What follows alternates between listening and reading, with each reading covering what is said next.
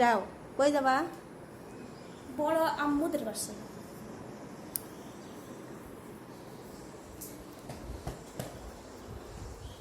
যাও, তাড়াতাড়ি আইসো, তাড়াতাড়ি আইসো। দেখছো, যাও তাড়াতাড়ি, যাও যাও তাড়াতাড়ি, যাও যাও তাড়াতাড়ি আইসো, যাও। টুনটুনি তাইয়া গাইস আমি সুরমাই দিতে পারলাম না। যাও, অত দেওয়া লাগবে।